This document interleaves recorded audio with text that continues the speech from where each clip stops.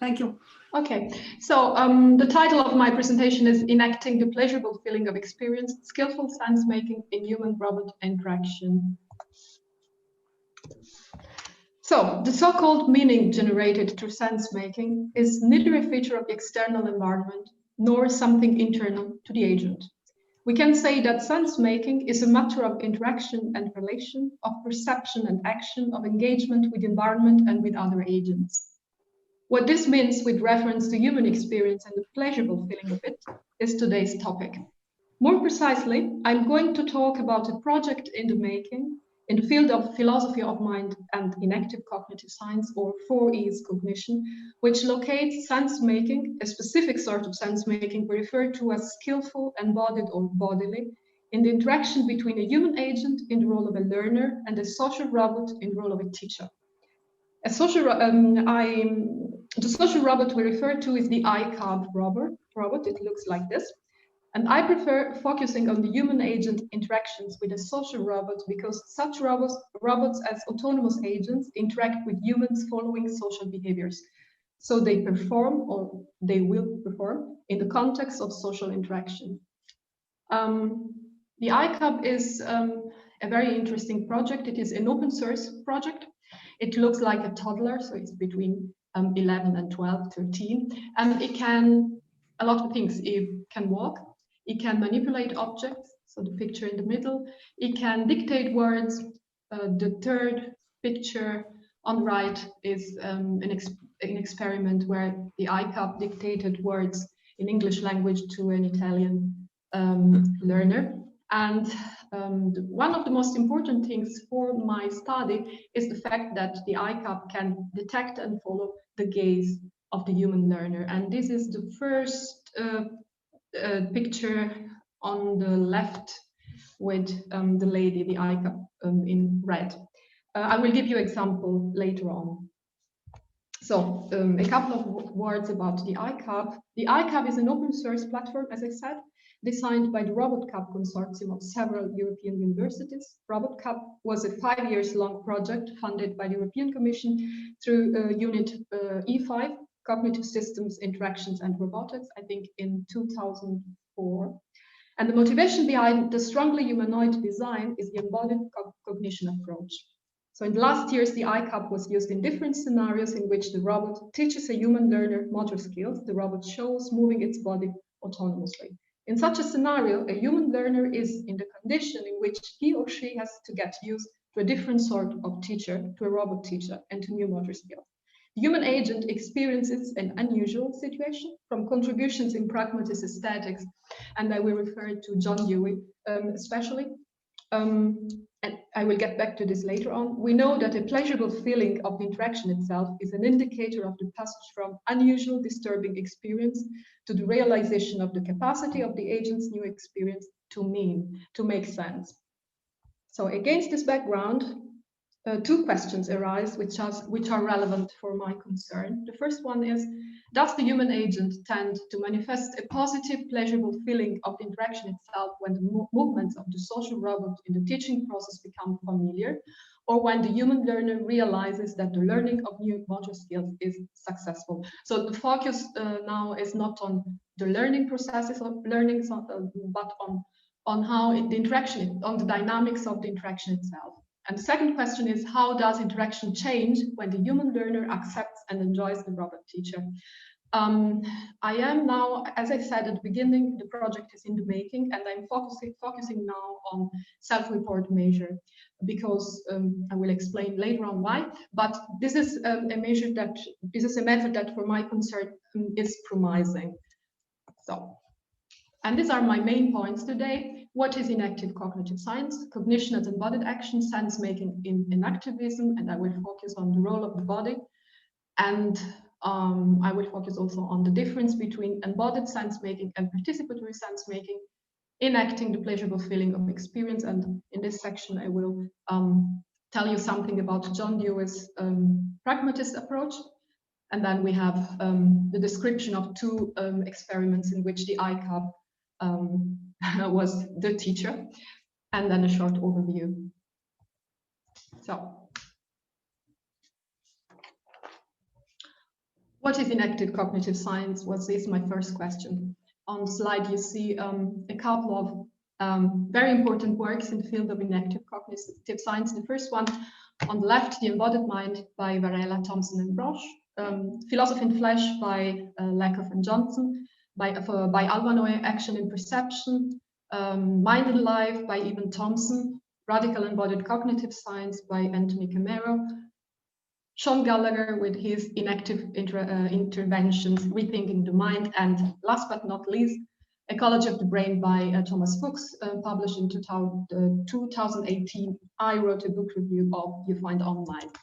These authors have something in common. What they have in common is the inactive approach. So what is inactive cognitive science? Inactive cognitive science is a framework to rethink the mind. It acknowledges the importance of the body and studies perception, action, cognition as necessary embodied phenomena, using explanatory tools that do not posit mental representations. So much work in inactive cognitive science explores what is often called minimally cognitive behavior, hence perception, coordination, and locomotion.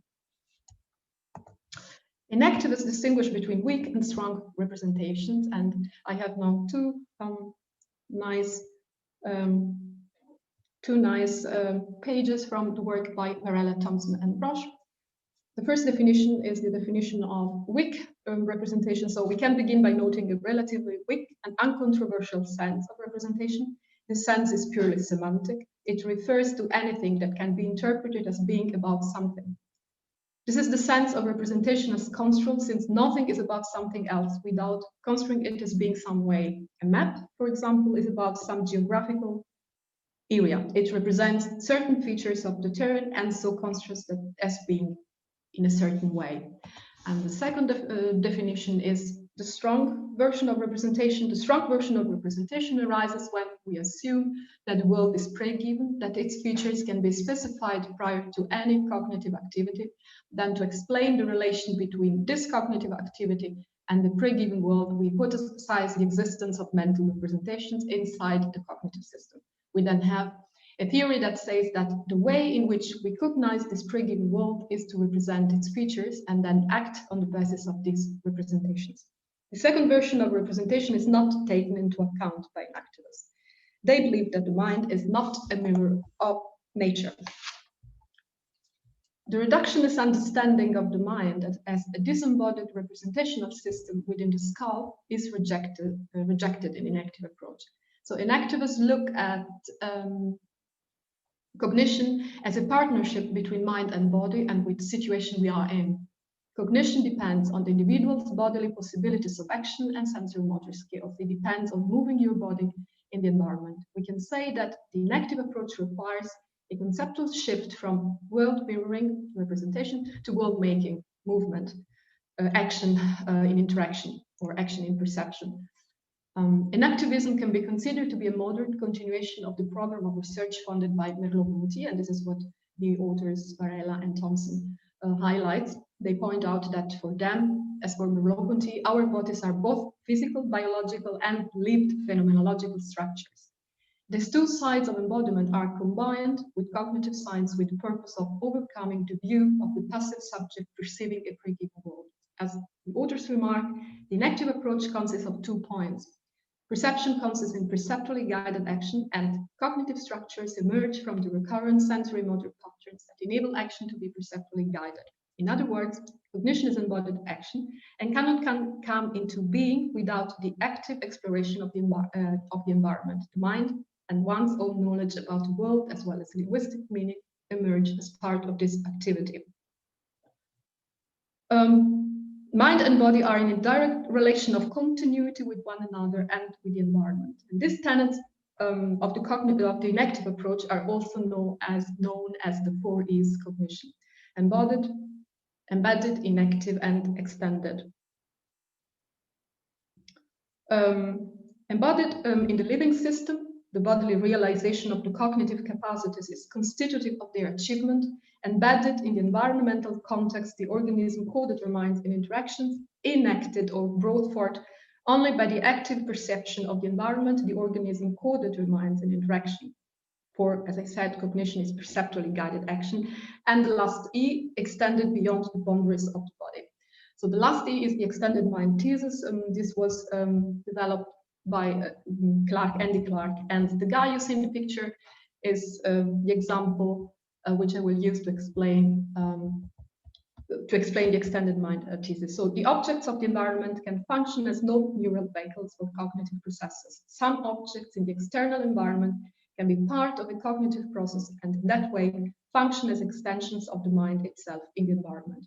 So the last E, the extended mind, is an example of functionalism. Hutto and his notebook are a famous example in inactive literature to understand what functionalism is. And this example is from the works by Clark and Chalmers, I think. So the example of Hutto in this notebook helps understand what functionalism is and also the reason why a social robot is not a tool. Hutto has early onset Alzheimer in the example. Instead of relying on information storage in his head, he uses a notebook that he always carries with him. When he wants to visit the MoMA Museum in New York, he consults his notebook to find the address. The function the notebook has in this case is the function of a so-called mind-enhancing tool. As they provide novel forms of interaction with the environment, such tools provide an extension of cognition that would not be possible without them. The social robot has another function, in an inactive embodied approach to cognition in the interaction between a human learner and a humanoid robot. It extends the part of the world the human agent can engage with and interact with. It increases the impact that a cognitive engagement with the world has.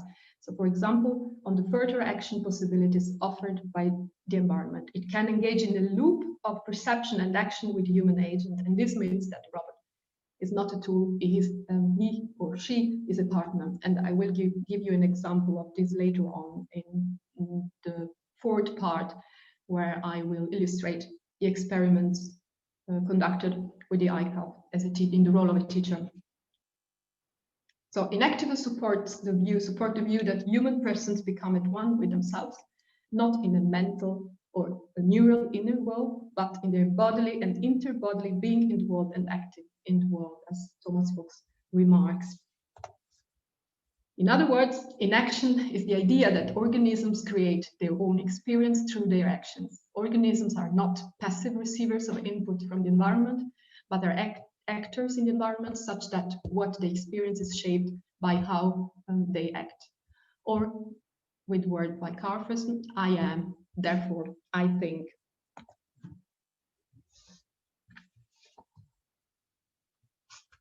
Within this framework, brain-centered approaches to the human being and the view of the brain as an information processing machine that performs computational tasks and constructs in its networks an inner world creating our subjective experience are considered to be implausible. Stimulus response models in brain studies are usually criticized because they investigate neural activity independent of the possible ways body and artifacts, the active engagement with the object of the environment, co-constitute this activity. Reducing human beings to the neural processes is to commit a naturalistic fallacy. More precisely, brain-centered approaches fall into the mereological and localization fallacy. And I'm following Fuchs now here. While the mereological fallacy, the neuroscientific practice of personalizing the brain, is believed to perform intentional acts like recognizing a face, the brain recognizes the face, or identifying objects, consists in overlooking the fact that personal activity belongs to the person as a whole. The localization fallacy localizes single phenomena of experience in specific brain areas or modules. It is true that the brain is regionally specialized, but none of the region is capable of producing processes of consciousness, for these represent an integral activity of the organism embedded in an environmental context.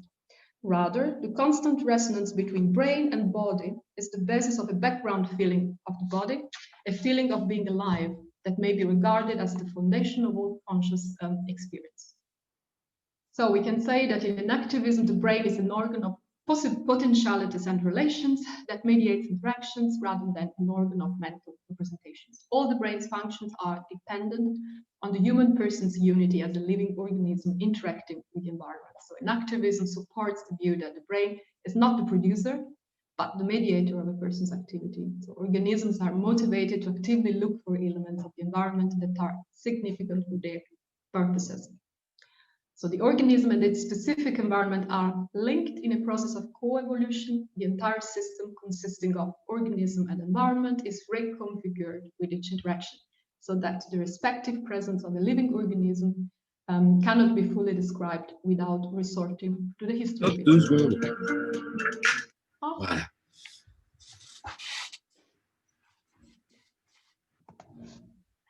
So our experience of meaning is based on our sensory model. Ouais, donc ça, ce sera dans 6 à 8 mois. Laurent, il faut que tu coupes ton micro. Okay, I'll Please go on. mute your microphones, please. Yeah, I think Go ahead, please. Go ahead. Good. Okay, so our experience of meaning is based on our sensory motor experience. A cognition, conceived as meaning generation, is embodied action in the agent's engagement with the environment.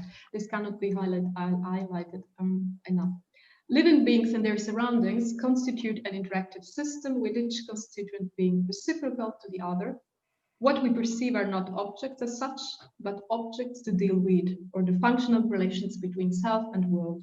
One of the tasks of the enactive approach is to understand the body as an autonomous system of sense-making, brings forth or enacts a phenomenal world.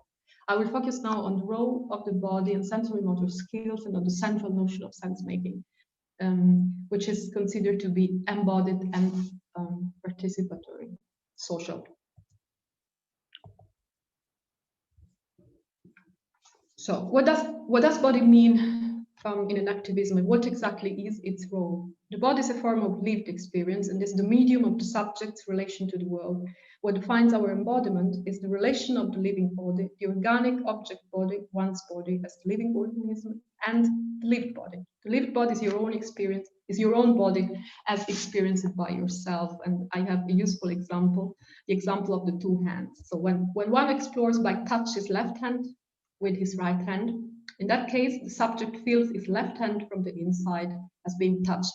However, at the same time, for the right hand, the left hand is also an object of the world that is considered as any other object.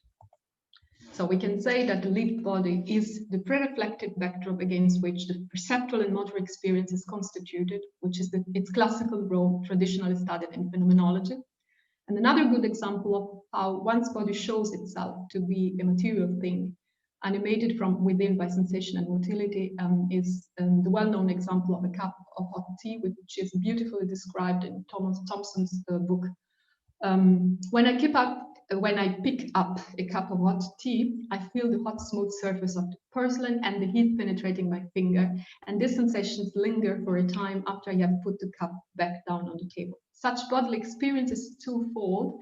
It is the experience of physical events that relate one's body to things, and it is the experience of sensorial events that relate one's subjectively lived body to itself. So the conscious experience of the subjectively lived body is the subject's access to the pre-reflective dimension of experience. It is the access to a multisensorial pattern of feeling that is the basis for different felt qualities or felt sense of a situation, for the emergence of thought and understanding.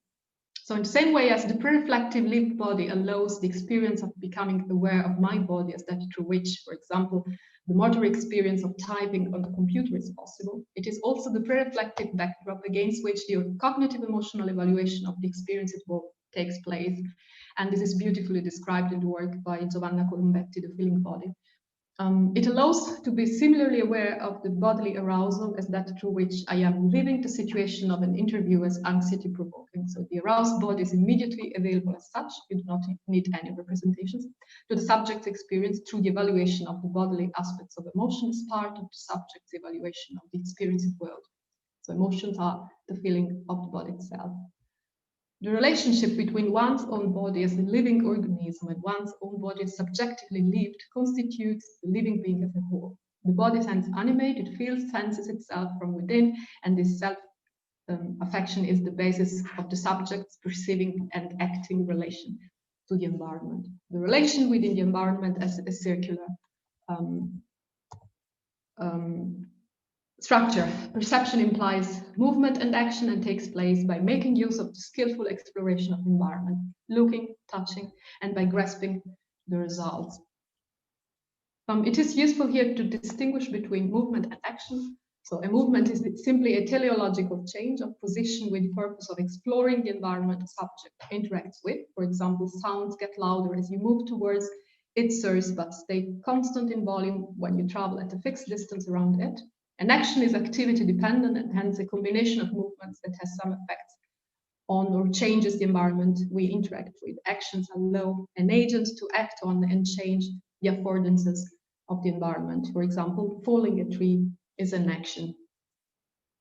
The agent acts upon the environment and the environment acts upon the agent in the process of active perception. In other words, an agent can consciously experience the objects of the physical world having a special presence when he or she perceptually explores one's environment. An agent is an embodied self whose borders do not stop at his/her skin. So embodied conscious experience are ways of acting constituted in part by the perceiver's skillful mastery of the relation between sensory experience and movement. What it is to experience the world perceptually is to exercise one's bodily know-how of certain patterns of sensory motor dependence between one's sensing and moving body and the environment. One of the best known examples to illustrate the role of this in the inactive literature is that of perceiving the softness of a sponge. The softness of a sponge is to be found in how it responds to the active probing and squeezing of our bodily movements.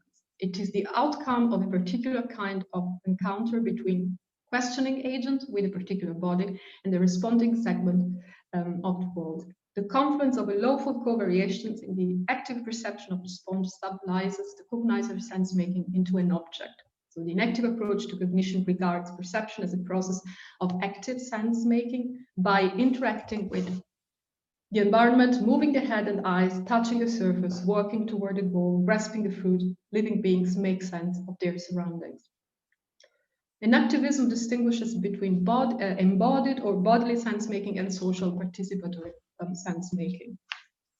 So a subject, a so-called sense-maker or agent, is involved in interactions with her environment in which the objects or events become meaningful for the subject in the process of actively relating to the world by her own exploratory activity and orientation toward a course of action that is adequate to the subject. For example, a person who wears skis or snowboards acquires different possibilities for the perception of the environment. This coupling changes the possibilities of actions and hence of embodied cognition and experience of a subject as a skier.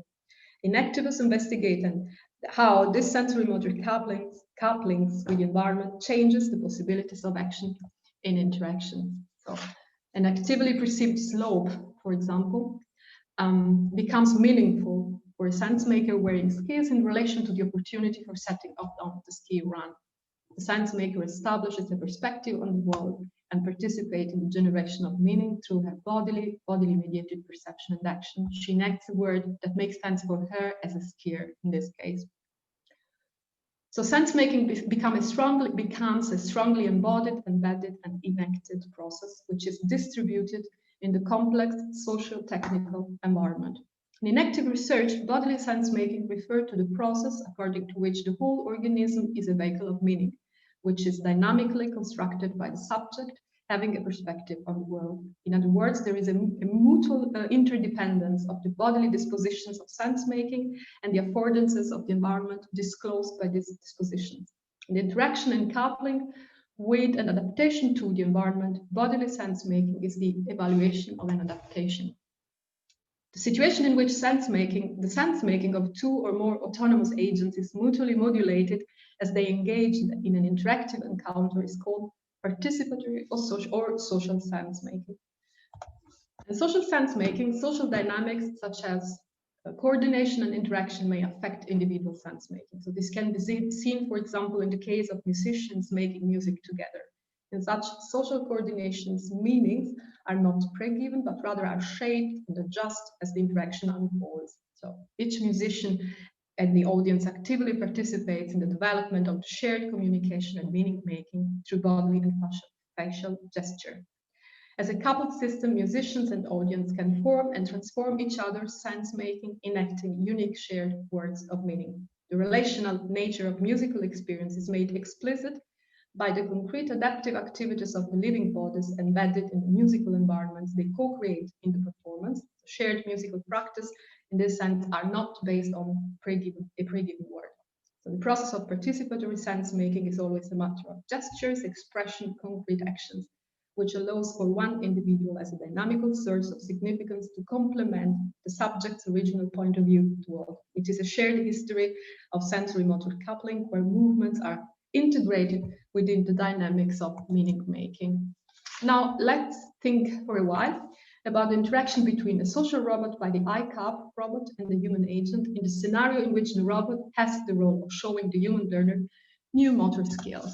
And this is our example. For example, the robot can Tai Chi movements, and the human agent would like to learn them in interaction. In this sort of interaction, the humanoid robot, social robot, and human agent are performers or sense makers with different degrees of expertise.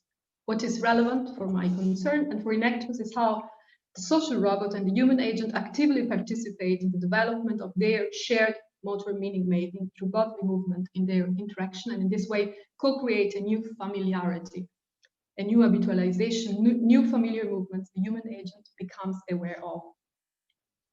So learning a new skill means hence regulating action in perception. It is the refinement of embodied adaptation processes achieved by perceiving the performance, body, and action capabilities. It is not the establishment of internal state or representation of an act stored somewhere.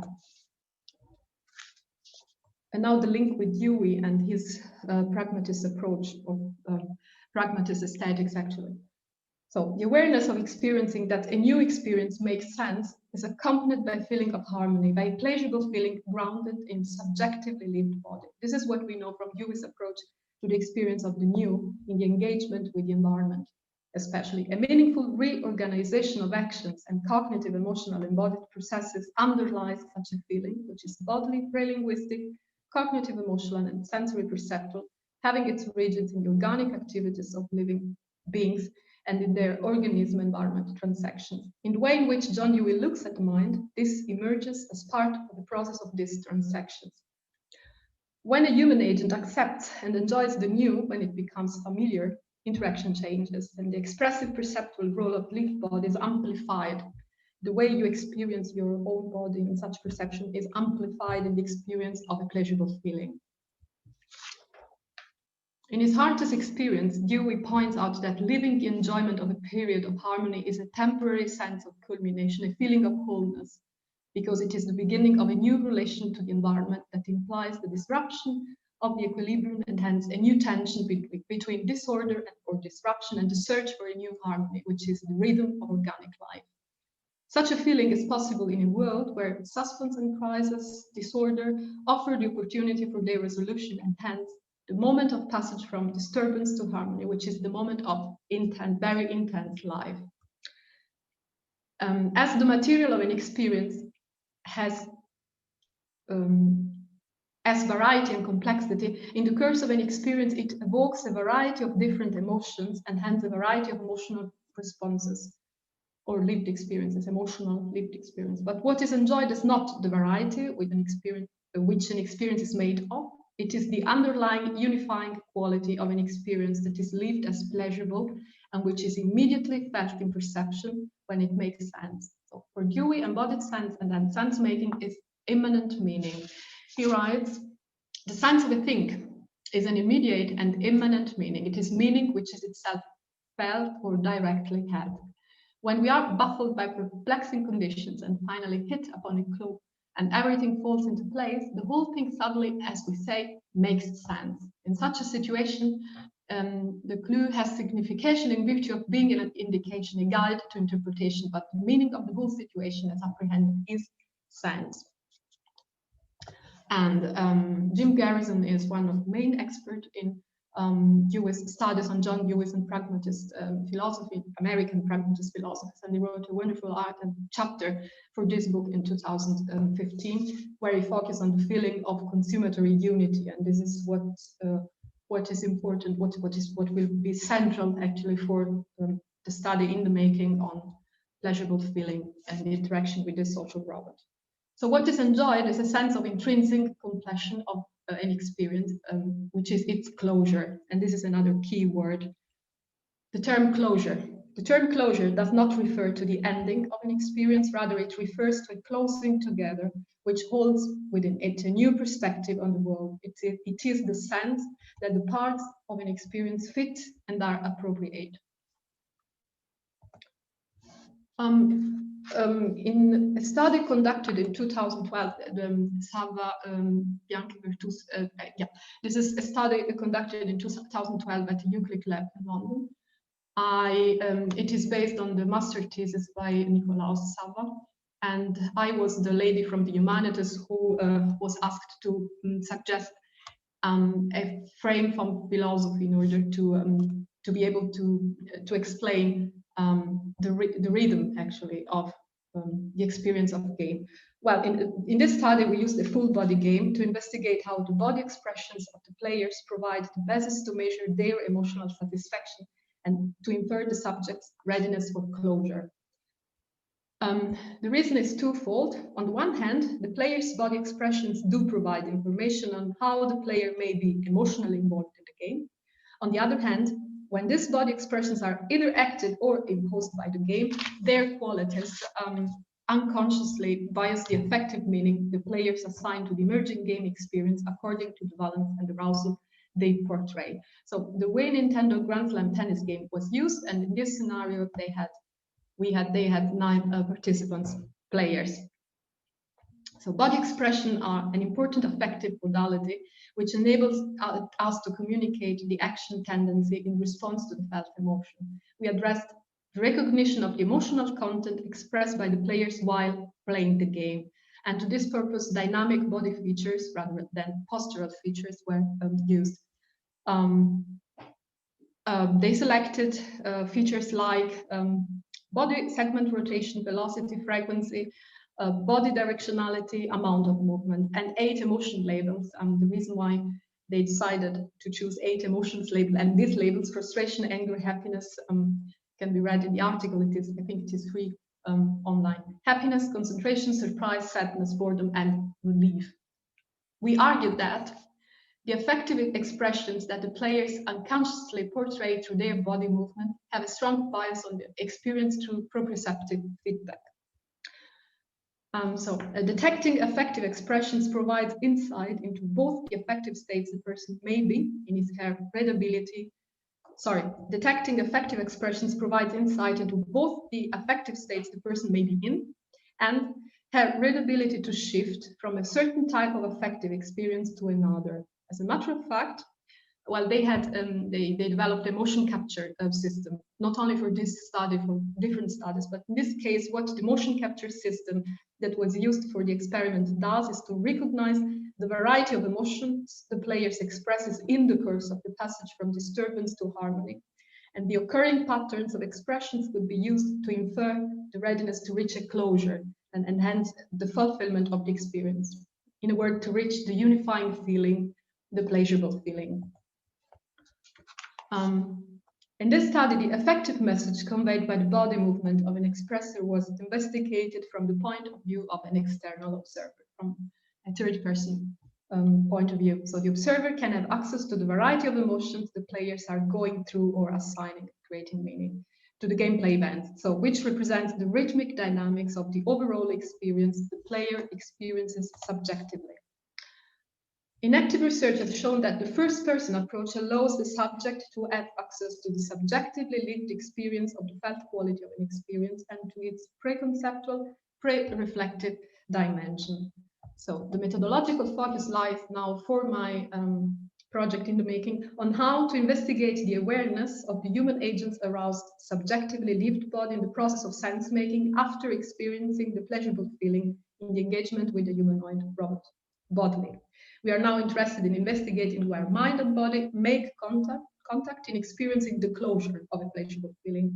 So a self-report measure at multi-item scales seems to be a promising solution, and we are working on the items. And now let's think again about the scenario in which a human agent in the role of the learner interacts with a social robot in the role of a teacher. In order to investigate how and at what point of the interaction the human agent experiences through his subjectively lived body the interaction itself is pleasurable, the skills of the humanoid robot play a central role because they can influence the continuity of the interaction itself. It can stop functioning properly, for example. So what kind of abilities does our robot teacher need in order to contribute to a smooth interaction as such before contributing to the human agent's pleasurable feelings in the interaction itself?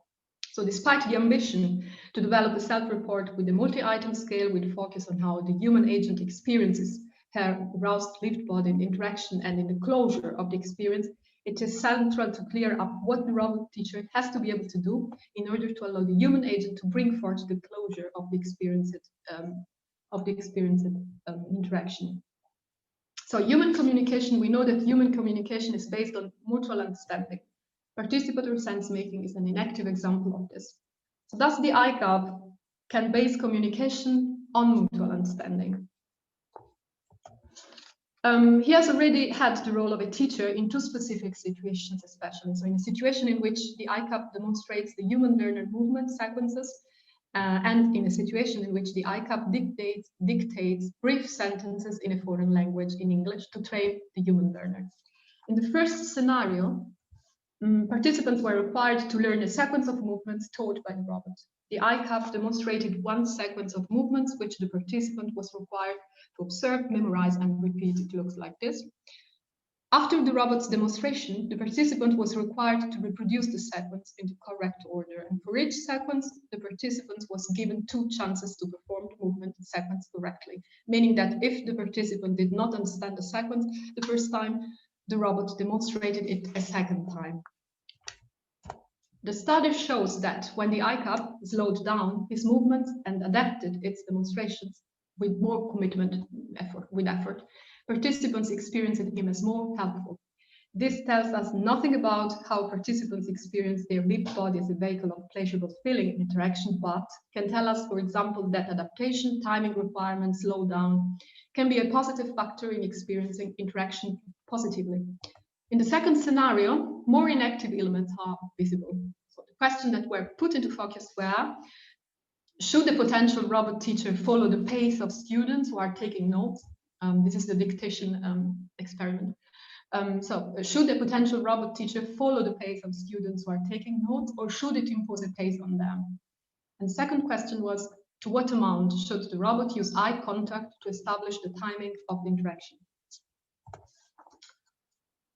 Gaze is an important implicit element of communication, and mutual gaze is important in turn-taking. So the study shows that when the robot pronounced a sentence, only when it detected that the subject was gazing at it, assuming that mutual gaze would decide that for readiness of the subject to continue writing, a natural and seamless interaction was established. So, and reading subject's gaze was an efficacious trick to time the robot's action. The use of gaze as implicit signal actually moves the responsibility of the choice of when to pass to the new sentence directly to the subject, who freely decides when he's ready, when he or she is ready. And subject can influence the rhythm of the interaction when he or she can use eye contact for turn-taking. Participants enjoyed the condition in which they could use eye contact to interact with robot. The establishment of mutual gaze becomes for a robot an efficient means to seamlessly interact with human partners with different needs in a turn-taking. This has been experienced as positive by the participants. And for our concern, this tells us that mutual gaze can be a relevant factor to create a situation of interaction with the sensory motor loop of perception and action, influenced by mutual gaze rhythm. The robot speaks when the human learner looks at him. After eye contact, the human receives the sentences and can write again, establishing a lived, pleasurable experience. So, for the development of a multi-item scale to investigate how the awareness of the human agent's aroused, subjectively lived body in the process of of affective sense-making after bodily experiencing the pleasurable feeling arises, how mind and body make contact in making sense of a social and embodied experience having a closure. Two elements can be combined and used to focus the attention of the human learner on his or her own experience of a lived body. The feeling and emotions, the role of the adaptation of the robot teacher in coordination is accompanied with in the experience of the human learner, and the feeling and emotions that accompany the experience of mutual gaze as a bodily way to control the subject's readiness to further engage in interaction and negotiate the pace of the turn-taking.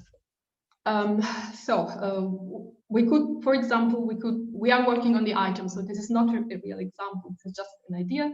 The active role of my own body in the turn-taking task led me to focus on a feeling of completion after each turn-taking. Or, for example, I focused for a while on my emotional experience of the short moment before looking for eye contact the first time before turn-taking. The next step on the short term is to work on scale items, and hence to develop a questionnaire to investigate how the subject narrator self are being embodied, cognitive and emotional, when the co-creation of sense-making in interaction makes sense for her. This is the experience of continuity to reach the closure of the interactive exchange, and this is considered to convey a pleasurable feeling, as I said. So our starting point was the remark that, and this is a remark by Hutto and Myin, the so-called meaning generated through sense-making is neither a feature of the external environment nor something internal to the agent. That sense-making in the engagement with a non-human partner can lead the human agent to focus in a more conscious way on the role of her own lived body, determining a pleasurable feeling of the interaction itself, can improve the feedback she gives to the robot. So we could say that the pleasurable feeling of the experience itself has the potential to improve the development of the robot's capacity to assign meaning and to adapt to assign meaning to the feedback of the human. We know that social robot does not enhance the mind because it is not a tool like Otto's notebook. It takes part in the constitution of a social interaction, the field of which we would like to investigate. And this was my presentation for today. Many thanks. Thank you, Alfonsina, for making us learning something about the enactive cognition science. Maybe we I cannot see you, but I can hear you. I cannot